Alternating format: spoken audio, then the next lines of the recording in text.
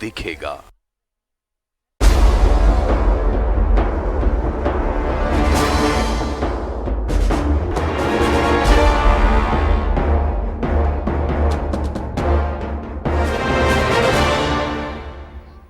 स्वागत है आपका न्यूजीलैंड भारत में। आपके साथ मैं हूं शारिफ इब्राहिम। आज के इस विशेष में हम कई मुद्दों पर चर्चा करेंगे और बहुत महत्वपूर्ण होने वाला हमारा विशेष, क्योंकि हम मजदूर, प्रवासी मजदूर, छात्र और पर्यटकों को जो राहत मिलने वाली उसकी भी चर्चा करेंगे। हम मौजूदा आंकड़े क्या है झारखंड में, किस तरह से कोरोना का कहर कम होता नजर आ रहा झारखंड में, इस पर भी चर्चा करेंगे। सरकार की तरफ से जो राहत पहुंचाई जा रही है उस पर भी चर्चा करेंगे। तो तमाम महत्वपूर्ण मुद्दों पर हम चर्चा करेंगे और उन रिपोर्ट्स को आपको दिखाएंगे। हम झारखंड से बाहर फंसे छात्रों और मजदूरों को वापस लाने की राह आसान हो गई है। हालांकि इस पर राजनीति गर्म है। विधायक फंड से मजदूरों को पैसा भेजने पर भी सूबे की सियासत परवान पर है।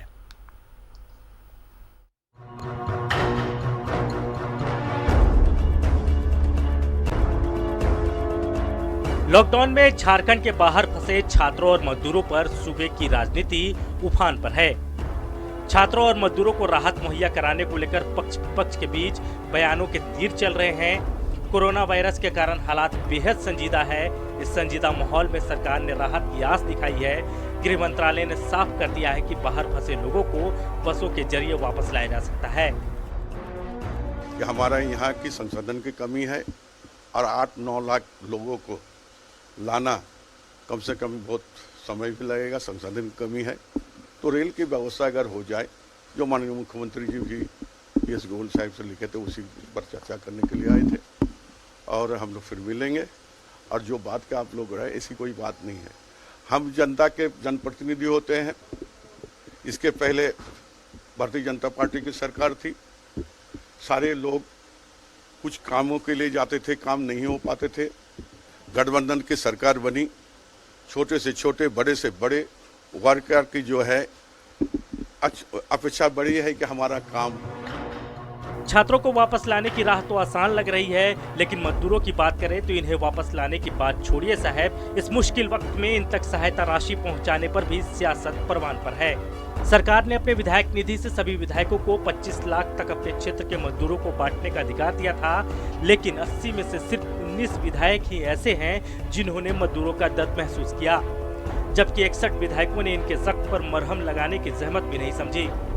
लोग कलेक्ट कर रहे हैं, चूंकि उसमें भी प्रेफरेंस देख रहे हैं लोग, क्योंकि पहला इंस्टॉलमेंट में 25 लाख रुपए गए, तो एकदम से सबको तो नहीं दिया जा सकता। उसका भी एक क्लासिफिकेशन हो रहा है कि तत्काल किनको चाहिए। जो ज़्यादा नीडी लोग हैं उनकी सूची बन रही है और हमको लगता है कि बाय नेक्स्ट वीक सबको पैसा ट्रांसफर। मामला और माहौल दोनों संजीदा है। ऐसे में एक दूसरे का दर्द बांटकर ही राहत की राह आसान की जा सकती है। जरूरत उन परेशान चेहरों पर मुस्कान लाने की। कोरोना का दौर भले ही मुश्किल चल रहा हो, लेकिन इसे आसान भी हमें ही बनाना है। Bureau report, news 11 Bharat.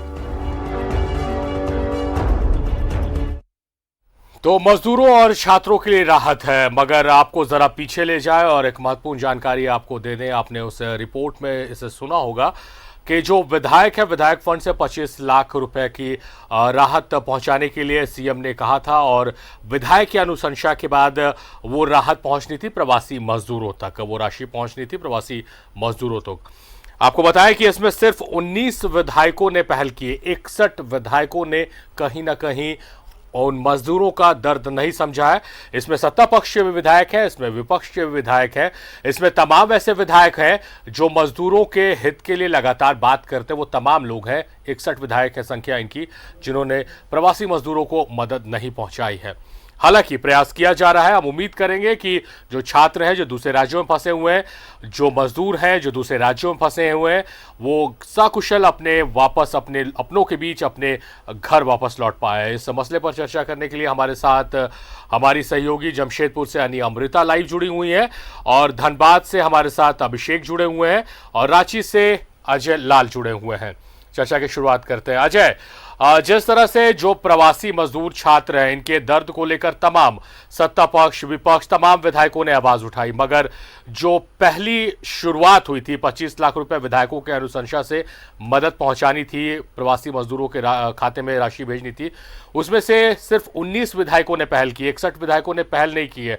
इससे समझा जा सकता है कि इन मजदूरों के दर्द को लेकर जनप्रतिनिधि कितने गंभीर हैं।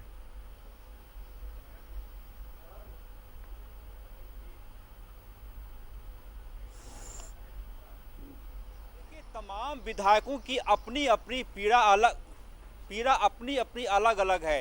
हो ये रहा है कि कई विधायकों के पास कई जगहों से मजदूरों के फोन आ रहे हैं, छात्र छात्राओं के फोन आ रहे हैं। जाहिर सी बात है, कोई विधायक इतना सशक्त नहीं है, इतना सक्षम नहीं है कि 25 लाख की राशि भी दे दे। देखिए, लाखों की संख्या में झारखंड के मजदूर विभिन्न राज्यों में फंसे हुए हैं। बेहतर यह होता सारिक कि केंद्र सरकार ने जैसे ही कहा कि अन्य राज्यों के मजदूर, लेबर, छात्र छात्राएं अपने अपने राज्य आ सकते थे, 2-3 दिनों के लिए एक विशेष ट्रेन की व्यवस्था की जानी चाहिए थी।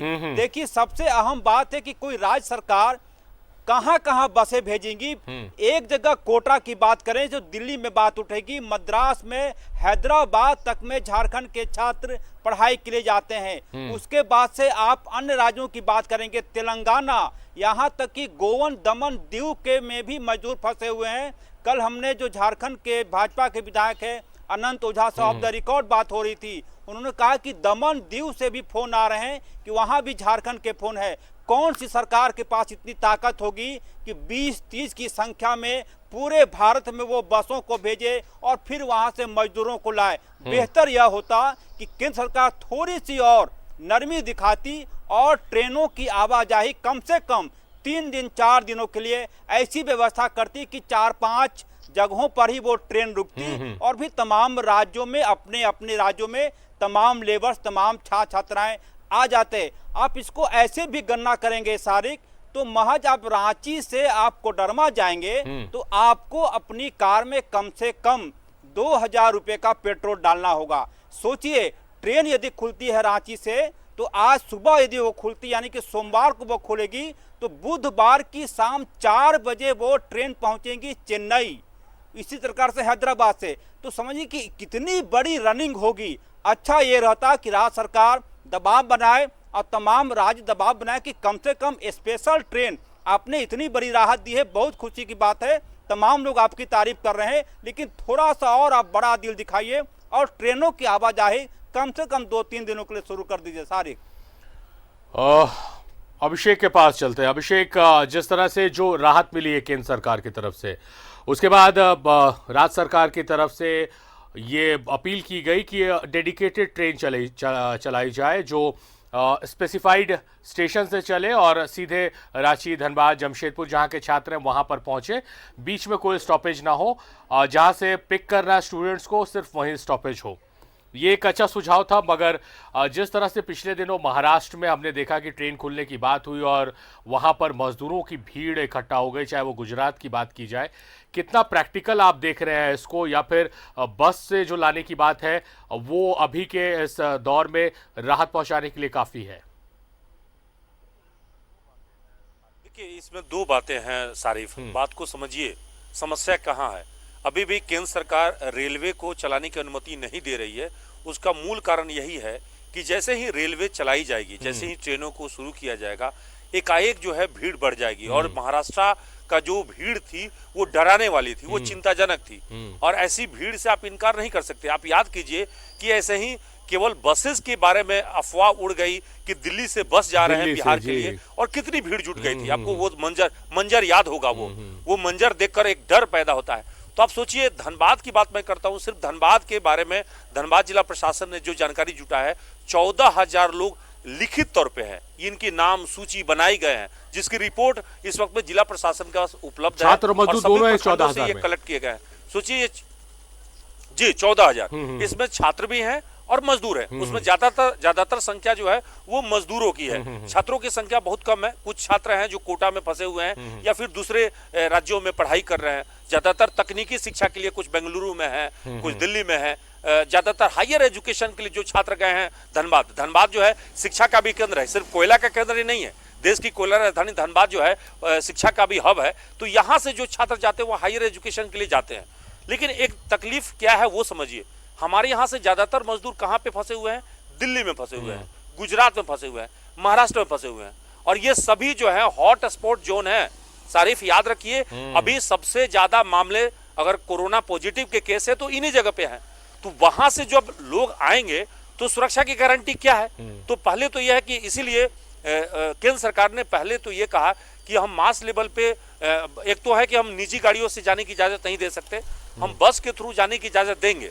स्टेट वाइज जो है वो सारी क्लियरेंस मिल जाएंगे, लेकिन उसमें है कि सबको जो है स्क्रीनिंग की जाएगी और सभी जगह पे वो स्टेट जो है उनको ये अधिकार होगा कि वो रोक के उनकी सब जगह जांच कराए और फिर वो स्टेट में जब पहुंचे जहां के वो छात्र हैं या जहां के मजदूर हैं, उनको भी वहां पे कम से कोविड-19 की जांच कराकर उनको होम क्वारंटाइन रखा जाए कम से कम 14 दिन तक एहतियातन।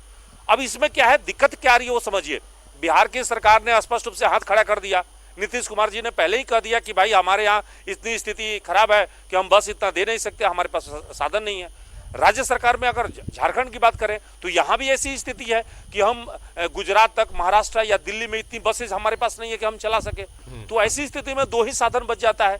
तो ट्रेन हमारे लिए सबसे सुगम है, सस्ता है। तो या तो कुछ समय के लिए, अल्पकाल के लिए, पर्टिकुलर समय के लिए कुछ खास विशेष ट्रेनें चलाई जाए, क्योंकि ज्यादातर मजदूरों के पास इस वक्त पैसा भी नहीं होगा कि वो ट्रेन से टिकट कटाएंगे, तो उनको फ्री ऑफ कॉस्ट ही आपको लाना पड़ेगा। तो समस्या यह है कि क्या ट्रेनें जो है सुरक्षित वातावरण बनाकर वहां से लाया जा सकता है, उसमें सोशल डिस्टेंस का पालन हो सकता है, क्या उसमें हम बहुत एहतियात जो बरतना है वो रख सकते हैं, क्या उनको स्क्रीनिंग करने के साथ ही हम ट्रेनें में इजाजत दे सकते हैं ट्रेन में सफर करने के लिए। तो इन सारी चीजों पर एक बार चर्चा करना होगा। और एक बात याद रखिए, ये किसी राज्य सरकार के बूते की बात नहीं है सभी को अपने घर तक पहुंचा देना बिना केंद्र सरकार की मदद के, ये तय मानिए। जाहिर तौर पर जी, बहुत प्रैक्टिकल बात है, बहुत प्रैक्टिकल बात है। कोई भी राज्य सरकार के बूते की बात नहीं है, ये बिना केंद्र सरकार के मदद के ये संभव नहीं हो सकता है। अनि अमृता हमारी सहयोगी जमशेदपुर से हमारे साथ जुड़ी, उनका रुख करेंगे। अनि, जो समस्याएं आ रही हैं, आप चर्चा को सुन रही है, जो समस्याएं आ रही हैं, एक दूसरी समस्या है कि जहां पर बल्क में स्टूडेंट है या बल्क में मजदूर हैं, उनको तो हम चिन्हित कर रहे हैं, 5,000 10,000 की संख्या में यहाँ स्टूडेंट है या मजदूर है, ये हम जान रहे हैं। मगर पिक एंड पॉकेट्स में बहुत सारे स्टूडेंट और बहुत सारे मजदूर दूसरे स्टेट्स में फंसे हुए हैं, जिनकी अभी तक कोई सूचना नहीं आई है। तो जाहिर तौर पर जब इस तरह की शुरुआत होती है कि मजदूरों को लाना है, स्टूडेंट्स को लाना है, तो वहां से भी जहां 500 की संख्या में, 200 की संख्या में स्टूडेंट्स हैं, मजदूर हैं, वो भी इस बात की उम्मीद करेंगे कि भाई हमें भी लेके चलो। तो बहुत बड़ी समस्या आने वाली है, क्योंकि एक जो सेक्टर है वो चिन्हित है जहां पर ज्यादा संख्या है, पर पिक एंड पॉकेट्स में तो बहुत ज्यादा स्टूडेंट्स और मजदूर दूसरे राज्यों में फंसे हुए हैं। बिल्कुल शारिफ, लेकिन अगर इच्छा शक्ति हो तो बिल्कुल भी ये सफलतापूर्वक संपन्न कराया जा सकता है। शारिफ, हर खेल जो होता है वो इच्छा शक्ति का होता है। आप देखिए, जब लॉकडाउन की घोषणा होने वाली थी जनता कर्फ्यू के बाद, सबको लगा कि ये कैसे होगा, पूरा देश कैसे घरों में बंद हो जाएगा। ठीक है, नहीं 100%, लेकिन 70% मान लीजिए, 80% मान लीजिए, लेकिन लोग घरों में रहे, लॉकडाउन हुआ इस देश में, और कोरोना को हमने उस तरह से अभी मात नहीं दी है, लेकिन जरूर कंट्रोल में है कोरोना। और जिस तरह से विदेशों में जिस तरह की हलचलें चल रही हैं और जिस तरह से वहाँ पर लोगों के मरने की संख्या है या जिस तरह से वहाँ पे हालात है, उससे आप तुलना करेंगे तो भारत में कुछ भी नहीं हुआ। जो मरने वालों की अगर संख्या का भी डिटेल अगर स्टडी किया जाए, उनकी पूरी बढ़िया से उसकी वो जांच की जाए, तो उसमें पता चलेगा कि कई लोगों की किडनी की हिस्ट्री थी बीमारियों की। उसके भी हम अगर गहराई में जाएंगे तो बहुत सारे तथ्य सामने आएंगे। क्योंकि हमारे देखने का तरीका थोड़ा नकारात्मक हो गया है, हम मौत को गिनते हैं ज्यादा, ठीक होने वालों को थोड़ा कम देख रहे हैं, इसलिए हमारी सोच ऐसी हो गई है। हम अगर ये समझेंगे कि इससे बहुत बड़ी समस्या आएगी तो हम नहीं कर पाएंगे।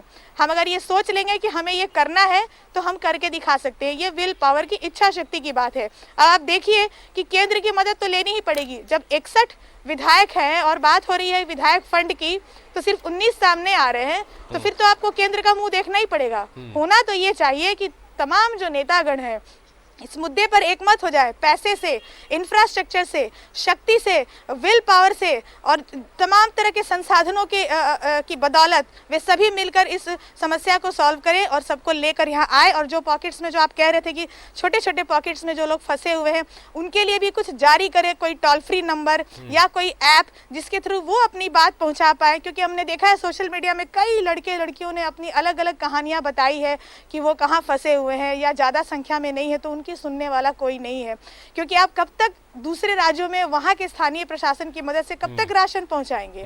आपको लाना ही है। इस सच से कब तक हम भागेंगे? दूसरी बात, जब कोरोना का खात्मा नहीं हुआ है, कमजोर पड़ा है, कभी आता है कि फिर मजबूत हो रहा है, कमजोर हो गया, इस तरह की बातें जहां आ रही हैं, वो वहां पर देखते हुए जब अनिश्चित काल के लिए ये समस्या भी हमारे साथ है, कब तक रहेगी हमें पता नहीं है। तो ऐसे में हमें तो अब उस संस्कृति को ढालना होगा शारिफ, जहां पर काम भी होता रहे और सोशल डिस्टेंस की बजाय मैं कहूंगी फिजिकल डिस्टेंस, भौतिक दूरी बनाकर लोग काम करते रहे। शारिफ, आपने ध्यान दिया होगा जो कारखाने होते हैं, छोटे छोटे जो मझले उद्योगों की मैं बात करूं या बड़े भी उद्योग होते हैं, चाहे आप टाटा स्टील का ही नाम लें, ऐसा नहीं होता है कि कोई एक मशीन है वहां पे 25 आदमी खड़े हैं, ऐसा नहीं होता है। आप जितने फोटोग्राफ्स देखे होंगे अंदर के, आपने देखा होगा कि एक खास दूरी में लोग खड़े रहते हैं, अपने आप वहाँ कार्य व्यवस्था ऐसी होती है। तो इस तरह से धीरे धीरे काम को शुरू करना होगा, फिजिकल दूरी बनाकर रखना होगा। सोशल डिस्टेंसिंग जो हम शब्द इस्तेमाल कर रहे हैं ना, वही गलत है। उसका मतलब ये हो जा रहा है कि समाज से दूरी नहीं बनानी है। अब हमें इस संस्कृति को ढालकर मजबूत इच्छा शक्ति के साथ और अपने कार्य को भी करना होगा ताकि अर्थव्यवस्था भी कुछ सुधरे और हालात भी सही हों। क्योंकि हम कब तक घरों में बंद रहेंगे? टोटल जो घरों में बंदी है और जिससे ये हालात पैदा हुए, कोई कहीं फंसा रह गया, तो धीरे धीरे थोड़ा बदलाव उसमें करने की जरूरत है। और ये हो सकता है शारिफ, धीरे धीरे, अचानक से कुछ नहीं हो सकता, लेकिन धीरे धीरे हो सकता है। लेकिन जब पैसों की बात आती है तो राजनीति शुरू हो जाती है। वो कहते हैं अन्नी, जो आप कह रही है उसके अगर हम ऐसे समझे कि लाखों मील के सफर की शुरुआत पहले कदम से होती है, तो पहला कदम तो बढ़ाना ही होगा। बहुत वाजिब बात आपने कही है। राजेश भी हमारे सहयोगी रांची से हमारे साथ जुड़े हुए हैं, उनका रुख करेंगे। राजेश जी, जिस तरह से जो बातें आ रही, जो पहले दौर में बात आई, मुख्यमंत्री ने कहा कि आप जहां पर है, मजदूर हो चाहे छात्र हो, आप जहां हैं आप वहीं रहिए, आपको मदद वहां पहुंचाई जाएगी। फिर धीरे धीरे ये हुआ कि नहीं, उनको वापस लाना है, केंद्र सरकार सहयोग नहीं कर रही है, आरोप प्रत्यारोप चला। उसके बाद फिर केंद्र ने अब एक गाइडलाइन जारी कर दी है, मगर यहाँ पर कुछ समस्याएं देखने को मिल रही। मेरी समझ से क्या ऐसा हो सकता है कि आप मेरी इस बात से इत्तेफाक रख रहे हैं कि आप चिन्हित कर रहे हैं कि कहाँ पर मजदूर है, कहाँ पर ज़्यादा बड़ी संख्या में छात्र हैं, प्रायोरिटी सेट कर कर उनको लाना, ये हम डिबेट करें, ये चर्चा करें कि ट्रेन चलेगी नहीं चलेगी, परमिशन मिलेगी नहीं मिलेगी। अभी जो परमिशन, जितने संसाधन हमको मिले हुए हैं, बसों से लाने की अगर बात हो रही है, तो हम चिन्हित कर कर इंस्टॉलमेंट्स में लाना शुरू कर दें, कम से कम शुरुआत तो हो जाए इसकी। देखिए, केंद्र सरकार ने साफ तौर पे कह दिया है कि जो भी प्रवासी मजदूर हैं या फिर जो छात्र हैं कहीं पढ़ने के लिए गए हैं, जैसे कि कोटा है या अन्य जगहों पर, बेंगलोर वगैरह पर भी, हैदराबाद में भी पढ़ते हैं, उनको लाने के लिए वो राज्य सरकार अपने संसाधन का उपयोग करे और जो भी सुविधा है वो सशस्त्र वो ला सकते हैं। अभी मुख्यमंत्री हेमंत सोरेन यहाँ पर मीडिया से संवाद कर रहे थे, उन्होंने साफ तौर पर कहा कि सारी चीज़ों पर मंत्रणा हुई है। आज दिन भर कई स्तर पर ये बातें हुई हैं, नोडल अधिकारी नियुक्त किए गए हैं। सबसे बड़ी तादाद है, देखिए, मजदूरों की, जो दक्षिण भारत में भी हैं, पश्चिमी भारत में भी हैं, वो लाखों की संख्या में है। 9 लाख से ऊपर रिपोर्टेड हैं और कई हजार ऐसे होंगे जो रिपोर्टेड नहीं भी हैं। मानकर हम चलें कि 10 साढ़े 10 लाख मजदूर फंसे हैं जो झारखंड आने के लिए आतुर हैं और सरकार भी चाहती है कि वो आ जाएं, क्योंकि वो वहाँ रुकेंगे नहीं। इसलिए सरकार के सामने दुविधा की स्थिति है कि अगर अपने संसाधन इसके पास सीमित हैं, बगल का राज्य हो जैसे पश्चिम बंगाल हो, कोलकाता हो या आसपास के जो उड़ीसा है, इन सब जगहों से मजदूरों को लाना बसों से संभव हो सकता है, लेकिन केरल, तमिलनाडु, तेलंगाना, महाराष्ट्र, गुजरात से लाना यह संभव नहीं है। इसके लिए भारत सरकार से सहयोग तो जरूरी है, बिना उसके सहयोग के ये काम नहीं हो सकता है। तो अभी मुख्यमंत्री बात कर रहे थे कि इसके लिए ट्रेन का उपयोग बेहतर होगा। इस संबंध में कुछ चर्चा भी हो रही है और निश्चित रूप से 2-3 दिनों में ये स्पष्ट हो पाएगा कि भारत सरकार ट्रेन ट्रेन का परिचालन किस रूप में और कैसे करती है जो डेस्टिनेशन पर पहुंचे। एक तरीका यह है कि जैसे राजस्थान के कोटा के पास से अगर ट्रेन चले तो वो उस एक ट्रेन में, स्पेसिफाइड ट्रेन में कुछ बोगियां जो है झारखंड के लिए छात्रों के लिए रहे, वहां से ये आ सकते हैं अगर छात्रों की बात है। वैसे उन्होंने कहा है कि मुख्यमंत्री ने कहा है कि जो अभिभावक है जो अपने छात्रों को लाना चाहते हैं तो संबंधित जिला कलेक्टर से यानी उपायुक्त से मिलकर वो परमिशन ले सकते हैं और अपने बच्चों को ला सकते हैं।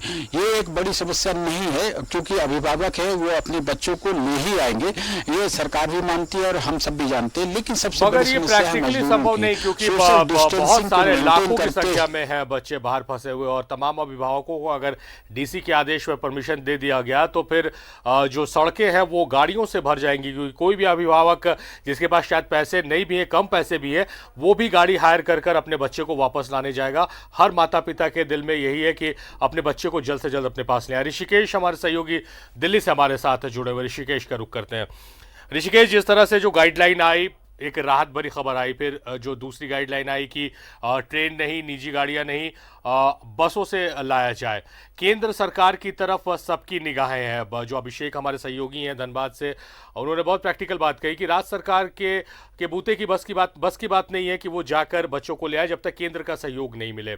क्या आपको लगता है कि जिस तरह से तमाम राज्यों से इस तरह की अपील या दबाव कहा जाए, दबाव पड़ रहा है, तो उसके बाद कुछ जो गाइडलाइंस नई जारी हुई उसमें कुछ बदलाव हो सकता है और रास्ते और आसान हो सकते हैं?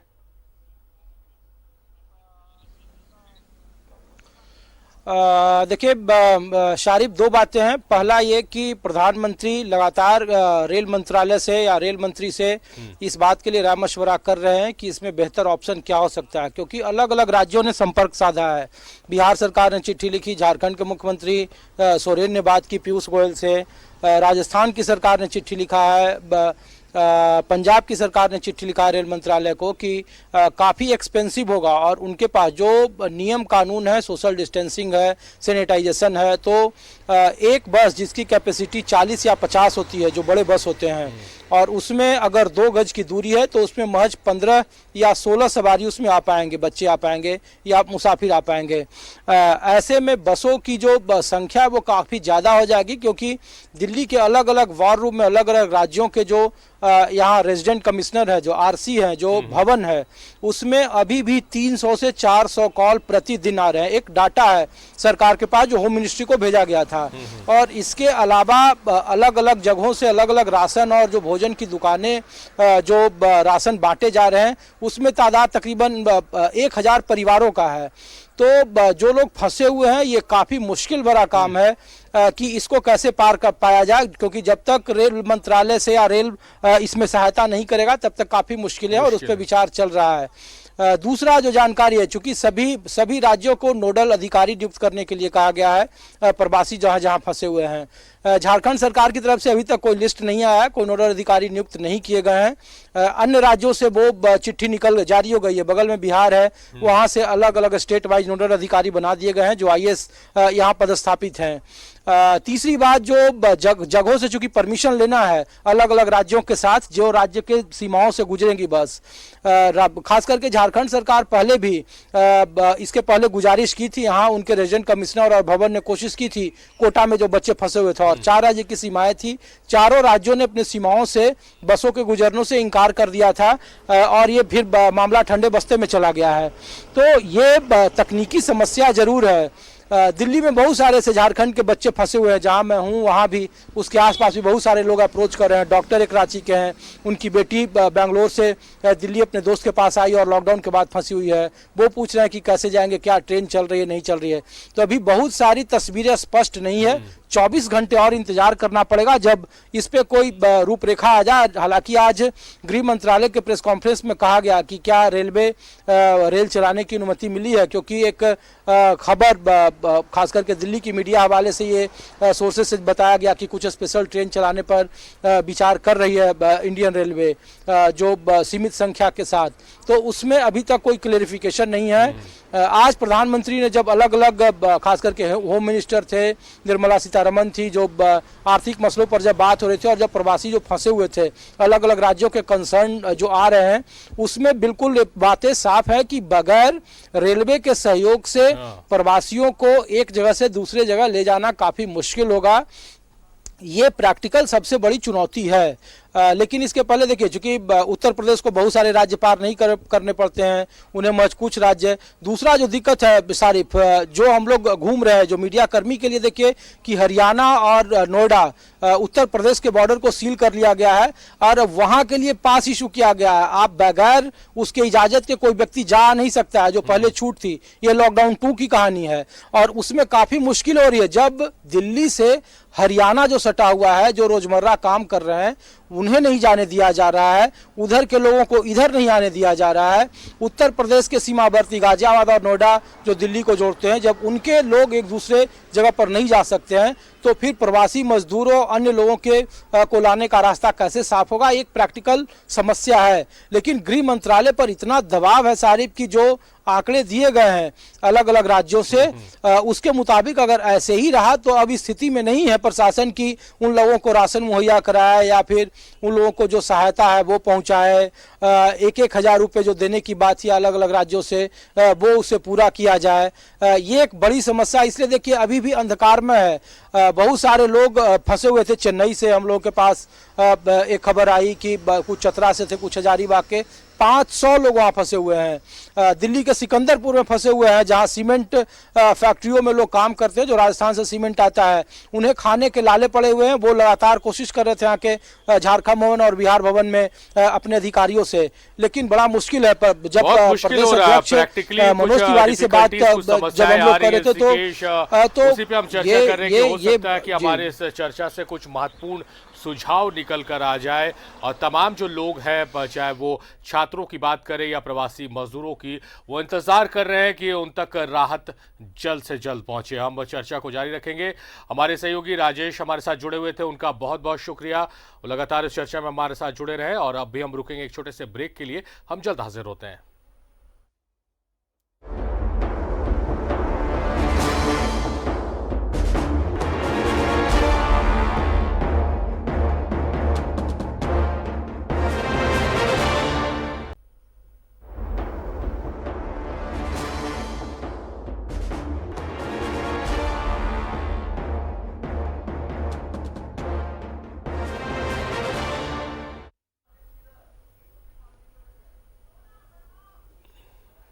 तो अपने इस विशेष में हम चर्चा कर रहे हैं राहत की राह उन तमाम प्रवासी मजदूरों के लिए, उन छात्रों के लिए जो दूसरे राज्यों में फंसे हुए हैं और इंतजार कर रहे हैं कि कब उन तक अच्छी खबर पहुंचे कि उनकी घर वापसी का रास्ता आसान हो गया है। केंद्रीय गृह मंत्रालय ने ये अब रिम्स की तस्वीर आप देख रहे हैं, चर्चा पे हम लौटेंगे, मगर ये रिम्स की तस्वीर है जहां एक पॉजिटिव मरीज को लाया गया है रिम्स के कोविड वार्ड में और डॉक्टर देवेश लेकर उस मरीज को कोविड-19 वार्ड में जाते हुए, महिला मरीज है जो पॉजिटिव पाई गई है और अब उसे रिम्स लाया गया है जहां पर अब उसका इलाज किया जाएगा। कोविड-19 स्पेशल वार्ड में उसे रखा जाएगा। तो हिंदपीढ़ी से एक और कोरोना पॉजिटिव मरीज मिली है जिसे रांची के रिम्स में लाया गया है।